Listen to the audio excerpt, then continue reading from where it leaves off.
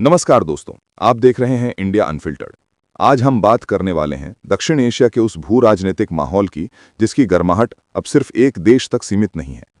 दिल्ली से लेकर Beijing, Washington और खाड़ी देशों तक हर जगह इसके कंपन महसूस किए जा रहे हैं। भारत इस समय दो अलग अलग दिशाओं से दो मोर्चों पर दबाव झेल रहा है। पश्चिम में पाकिस्तान फिर से आतंक को एक उपकरण की तरह इस्तेमाल कर रहा है और पूर्व में बांग्लादेश एक ऐसे राजनीतिक दौर से गुजर रहा है जिसने भारत की सुरक्षा एजेंसियों को सतर्क कर दिया है। पाकिस्तान, पुरानी रणनीति, नए तरीके। पाकिस्तान एक बार फिर आर्थिक संकट, राजनीतिक अस्थिरता और अंतर्राष्ट्रीय दबाव में फंसा हुआ है। कर्ज, महंगाई, बलूचिस्तान में असंतोष और टीटीपी की हिंसा ने हालात को और बिगाड़ दिया है। इसी डर से पाकिस्तान की एजेंसियों ने टेरर फैक्ट्री को फिर से सक्रिय किया है। हाल ही में जम्मू कश्मीर में घुसपैठ के प्रयासों में बढ़ोतरी, छोटे समूहों की मूवमेंट, नए वीडियो और आतंकी लॉन्च पैड्स पर गतिविधि, ये सब अचानक नहीं हुआ। पाकिस्तान ने इस बार एक मॉडल अपनाया है, डिस्ट्रीब्यूटेड इन्फिल्ट्रेशन मॉडल, जिसमें कम संख्या वाले बेहतर प्रशिक्षित आतंकी GPS guided routes, encrypted satellite phones और चाइनीज थर्मल सूट्स के साथ भेजे जाते हैं ताकि वे सीमाओं पर बड़ी निगरानी को पार कर सकें।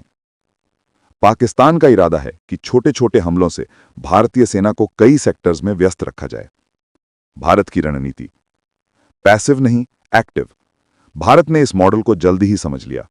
एलओसी पर AI powered sensors, drone surveillance और फ्रंटलाइन इंटेलिजेंस नेटवर्क को अपग्रेड किया गया है।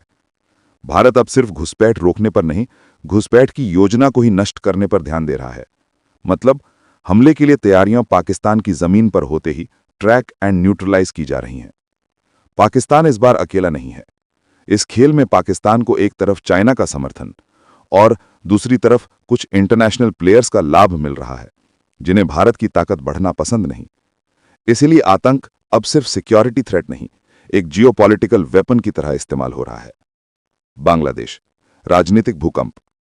पूर्व में बांग्लादेश तेजी से राजनीतिक अस्थिरता की तरफ बढ़ रहा है। शेख हसीना के खिलाफ अचानक विरोध, आर्थिक तनाव और हिंसक प्रदर्शन, ये सब किसी साधारण असहमति का परिणाम नहीं है, बल्कि एक संगठित प्रयास है। यहां दो शक्तियां सक्रिय हैं। पहला, इस्लामिस्ट नेटवर्क, दूसरा, बाहरी एजेंसियां, जो बांग्लादेश को अस्थिर कर अपना प्रभाव बढ़ाना चाहती हैं। भारत के लिए चिंता इसलिए बढ़ जाती है क्योंकि हसीना ने वर्षों तक भारत के हितों को प्राथमिकता दी। नॉर्थ ईस्ट में आतंकवाद को कमजोर किया, पोर्ट एक्सेस दिया, आईएसआई को सीमित किया। अगर बांग्लादेश में बदलाव आता है तो इसका सीधा असर पड़ेगा भारत के चिकन नेक सिलीगुड़ी कॉरिडोर पर, जो पूरे नॉर्थ ईस्ट को मुख्य भारत से जोड़ता है।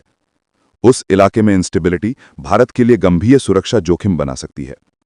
अगर आपको यह विश्लेषण पसंद आ रहा है तो वीडियो को लाइक, शेयर और सब्सक्राइब करना न भूलें, क्योंकि आपका सपोर्ट हमें इस तरह की अनबायस्ड रिपोर्ट्स लाने की ताकत देता है। आप देख रहे हैं इंडिया अनफिल्टर्ड। भारत की शक्ति, क्षमता, मजबूरी नहीं। कई ताकतों को लगता है कि भारत को दो दिशाओं में उलझाने से उसकी शक्ति कमजोर हो जाएगी, लेकिन भारत ने साबित कर दिया है कि दो मोर्चों को संभालना उसकी मजबूरी नहीं, क्षमता है। आज दुनिया भारत को सिर्फ मार्केट नहीं, एक डिसाइसिव पावर की तरह देख रही है। पाकिस्तान, रेडिकल नेटवर्क्स और बाहरी एजेंसियां भारत को रोकना चाहती हैं, लेकिन इंडिया अब रिएक्शन नहीं, स्ट्रैटेजी के आधार पर खेल रहा है। दोस्तों, आज की रिपोर्ट का यह हिस्सा यहीं समाप्त होता है। हम अगले भाग में उस रणनीति की गहराई में जाएंगे जो कैमरे पर कभी दिखाई नहीं देती, लेकिन आने वाले वर्षों तक भारत की सुरक्षा तय करेगी। अगर आपको ये कंटेंट पसंद आया हो तो चैनल को सब्सक्राइब करें, वीडियो को शेयर करें और अपनी राय कमेंट बॉक्स में जरूर बताएं। आप देख रहे थे